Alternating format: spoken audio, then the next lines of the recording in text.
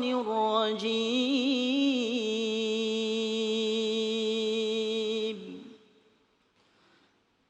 بسم الله الرحمن الرحيم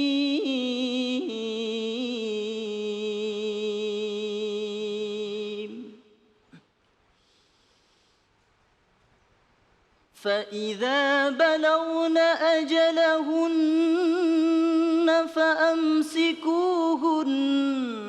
بمعروف أو فارقوهن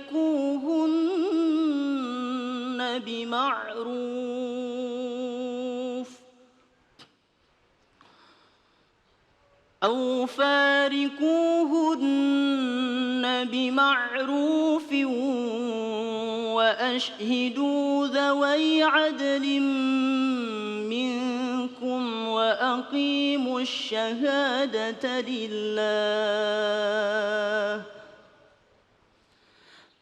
ذلكم يوعظ به من كان يؤمن بالله واليوم الآخر ومن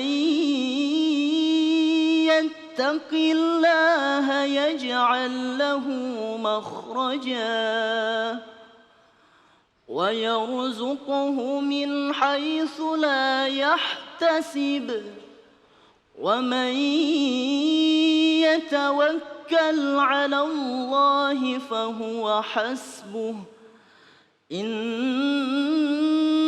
الله بالغ أمره قد جعل الله لكل شيء قدرا صدق الله العظيم.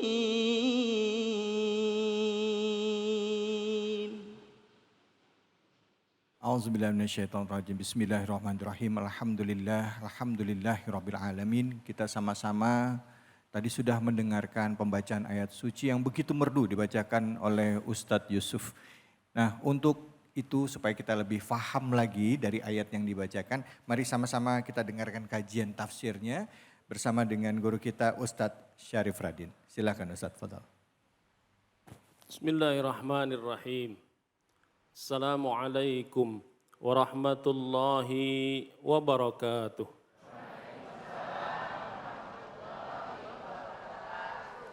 Alhamdulillah, salatan wa salaman ala rasulillah wa ala alihi wa ashabihi wa man tabi'ahu wa walah, la hawla wa la quwata illa billah, summa amma ba'd. Tak ada kata terindah yang mampu kita ucapkan pada kesempatan pagi hari ini, kecuali sama-sama kita mengucapkan Alhamdulillahi Rabbil Alamin. Ibu, apa kabarnya Bu? Sehat? Bapak-bapak semuanya sehat? Alhamdulillah. Badannya sehat Pak? Kantongnya sehat? Badan sehat, kantong sehat, luar biasa itu nikmatnya. Semoga kumpulnya kita, silaturahimnya kita, ta'lim kita membawa keberkahan dari Allah Subhanahu wa Ta'ala. Selaku umatnya, salah satu kewajiban kita adalah berselawat kepada beliau. Maka kita ucapkan sama-sama Allahumma salli ala Sayyidina Muhammad wa ala ali Sayyidina Muhammad. Man shalla alayya marrah, sallallahu alaihi asyra marrat. Orang yang berselawat kepadanya satu kali, maka Allah akan balas 10 kebajikan. Semoga kita mendapat syafaat nanti dari beliau di yaumil qiyamah kelak. Amin ya rabbal alamin. Hari ini kita akan sama-sama mentadabburi surah At-Talaq ayat 2 dan ayat ketiga. Pertama saya datang ke sini lihat masjidnya, Masya Allah, Tabarakallah. Walaupun akses maksudnya sempit-sempit dikit gitu. Tetapi ada satu yang berkesan, ini harus saya sampaikan. Jangan sampai hilang dari ingatan saya. Begitu baiknya warga perumahan Margahayu Jaya. Sampai saya di depan tadi parkir susah. Tiba-tiba ada ibu-ibu, kesini aja ke rumah saya parkirnya. Ada ibunya di sini? Salam kenal Ibu Syarif. Kenapa? Biar dapat berkah, gitu katanya. Semoga keberkahan untuk kita semua yang hadir di sini. Dan seluruh warga Margahayu Jaya mendapat keberkahan dari Allah Subhanahu wa Ta'ala. Itulah ajaran Islam yang kita laksanakan. Kita berbicara surah At-Tolak. Apa arti tolak, Bu? Apa artinya tolak? Ada yang tahu? At-Tolak sudah menjadi bahasa Indonesia. Tolak, ya talak, atau kita terjemahkan dengan perceraian. Lalu ada yang bertanya, kenapa keluar nama suratnya At-Tolak? Padahal sebelum tolak harus ada yang dilakukan dulu. Apa namanya? Nikah. Kenapa tidak nama suratnya Suratun Nikah gitu? Bapak sudah punya surat nikah, Pak? Sudah. Ada berapa? Ada berapa? Itu pertanyaan sensitif itu, kata surat nikahnya ada berapa.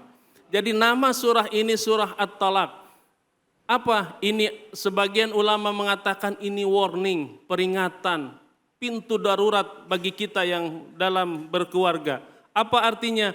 Ketika kita naik pesawat, kita diajarkan pintu masuknya tidak, kita diajarkan duduknya tidak, tetapi pramugari memperingatkan kalau terjadi sesuatu, kalau terjadi hal-hal yang tidak diinginkan, ada yang namanya pintu emergensi. Tolak adalah pintu emergensi, semoga kita dijauhkan dari hal tersebut. Amin ya rabbal alamin. Apa yang kita bahas di surat At-Talaq, yaitu ayat kedua di ujung akhirnya, nanti masuk ke ayat yang ketiga. A'udzubillahi minasyaitonirrajim. Bismillahirrahmanirrahim. Wa may yattaqillah yaj'al lahu makhraja. Wa man, dan barang siapa. Siapa? Siapa saja. Mau dia orang miskin, mau dia orang kaya, mau dia rakyat biasa, mau dia pejabat, mau dia pengusaha, mau apapun profesinya dalam perjalanan kehidupan ini, ada kata man. Siapa saja. Yattaqillah, dia bertakwa kepada Allah. Pertanyaan saya, ibu-ibu, apa sih Bu takwa itu?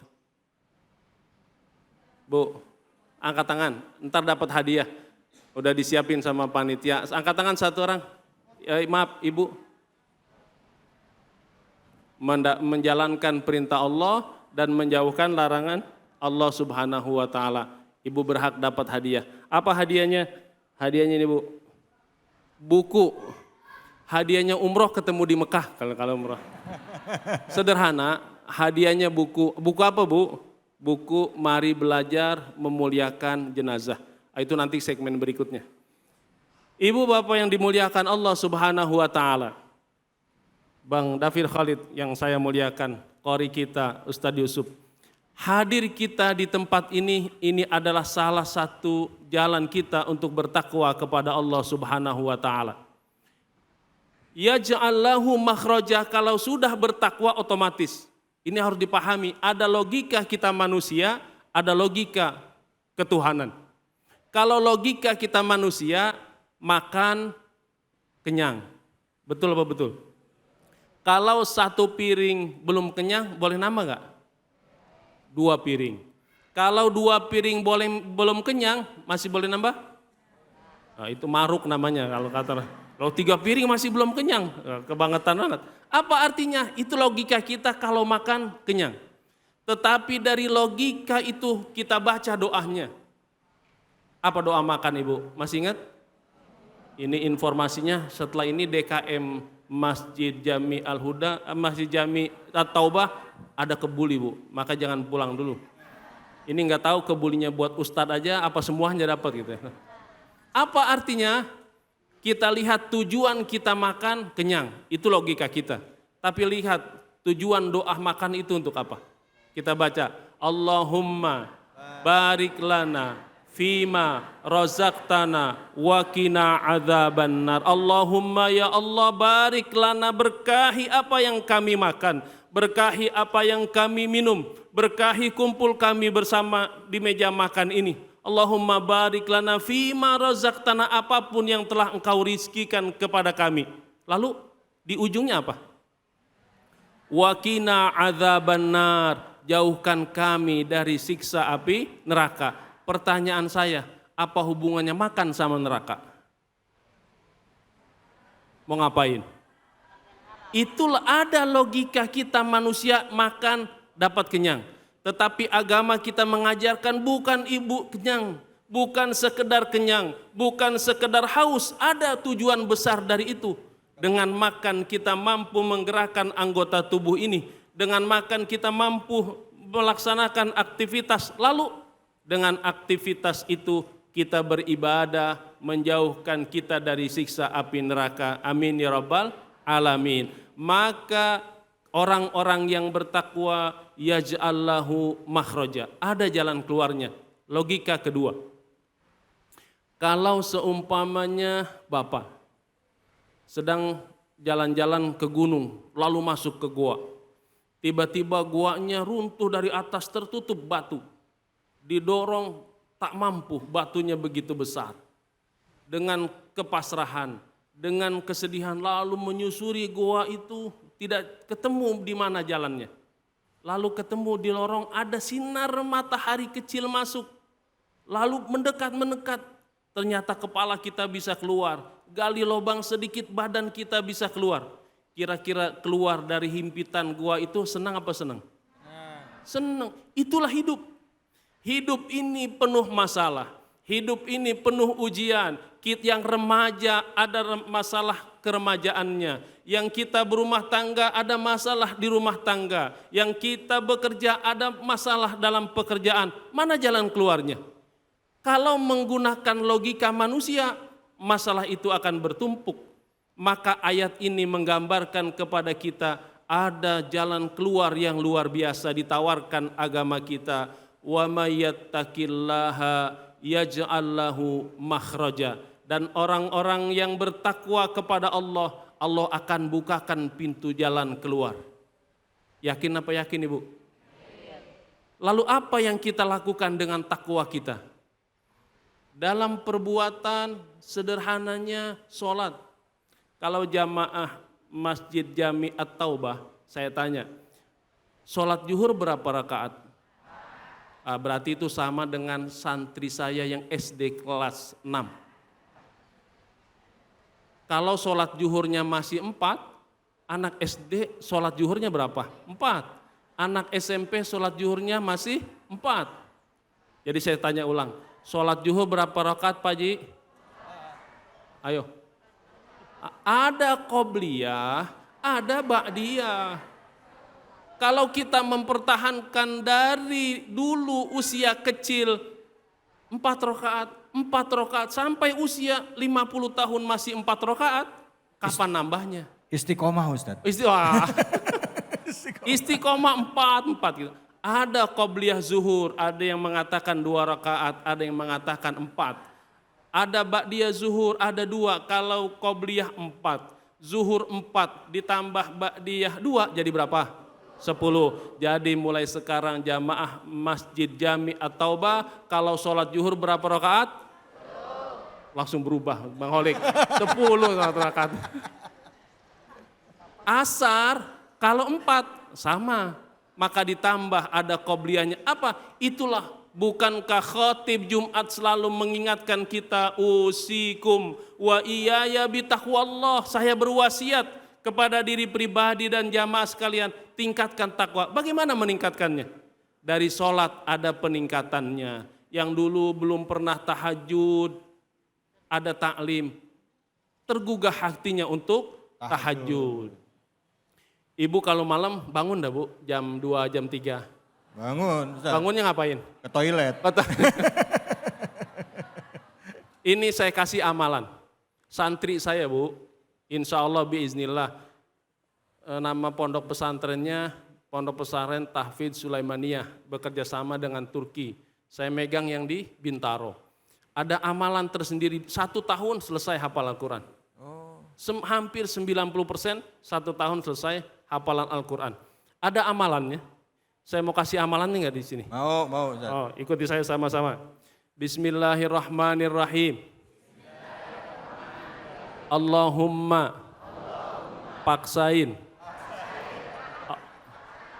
Baca dulu, ini belum selesai. Iya. Allahumma paksain. Allahumma paksain. Udah, pasti ibu selesai. Kalau kita ibadah tidak dipaksa, siapa yang mau maksa? Paksalah diri ini untuk sodako hari ini 1.000. Besar apa kecil? Oh, kecil. Untuk jamaah masjid At-Taubah itu terlalu kecil. Paksa diri ini hari ini 10.000. Paksa diri ini hari ini 1 juz. Kuat nggak kira-kira 1 juz? Belum. Paksa diri ini janji ketemu dengan Al-Quran 1 lembar. Kecuali Ustadz Yusuf, 1 hari itu minimal 5 juz. Kalau ibu 5 juz juga, juz Al-Pukat. Ibu bapak yang dimuliakan Allah Subhanahu wa taala, pemirsa iNews TV, cahaya hati yang berbahagia, bahwa perjalanan kehidupan kita pasti ada masalah. Al-Quran telah memberikan solusi. Wa may yattaqillaha yaj'al lahu makhraja. Kalau ada kesulitan apapun, kembali kepada Allah Subhanahu wa taala. Insya Allah di situ ada jalan keluarnya. Kurang lebihnya mohon dibukakan pintu maaf yang seluas-luasnya. Wal afu minkum. Assalamualaikum warahmatullahi wabarakatuh. Waalaikumsalam warahmatullahi wabarakatuh. Baik, alhamdulillah. Kita akan lanjutkan lagi. Setelah ini kita akan mendengarkan tausiah dari guru kita, Ustadz Khairul Huda. Jadi jangan kemana-mana ya. Tetap di sini di Cahaya Hati Indonesia.